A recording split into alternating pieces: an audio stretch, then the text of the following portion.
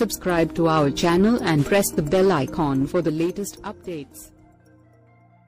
Bharat Australia మధ్య నాగపూర్ వేదికగా మంగళవారం రెండో వన్డే జరగనుండగా ఆ స్టేడియంలో ఓపెనర్ రోహిత్ శర్మ రికార్డు ఇప్పుడు కంగారుల్లో గుబులు రేపుతోంది. గత శనివారం హైదరాబాద్ వేదికగా ముగిసిన తొలి వన్డేలో తన శైలికి భిన్నంగా ఆడిన రోహిత్ శర్మ 66 బంతుల్లో 37 పరుగులే చేసి అవుట్ అయ్యాడు. కానీ ఈ రోజు జరిగే రెండో వన్డేలో మాత్రం ఈ విధ్వంసక ఓపెనర్కి కలిసొచ్చిన స్టేడియంలో చెలరేగే అవకాశం ఉంది.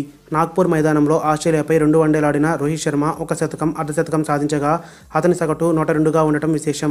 అక్టోబర్ 2017లో ఆస్ట్రేలియాతో చివరిసారి నాగ్పూర్ వేదికగా వన్డే జరగగా ఆ మ్యాచ్ల్లో రోహిత్ శర్మ 109 బంతుల్లో 125 పరుగులతో సత్తా చాటాడు.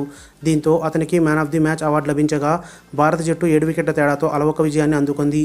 దీనికి తోడు 2009 నుంచి నాగ్పూర్లో ఒకసారి కూడా ఆస్ట్రేలియా చేతిలో భారత జట్టు వన్డేలో ఓడిపోలేదు. శనివారం ముప్పల్లో జరిగిన తొలి వన్డేలో 6 వికెట్ల తేడాతో అలవోక విజయాన్ని అందుకున్న భారత జట్టు 5 వన్డేల సిరీస్లో ప్రస్తుతం 1-0తో ఆధిక్యంలో కొనసాగుతుంది.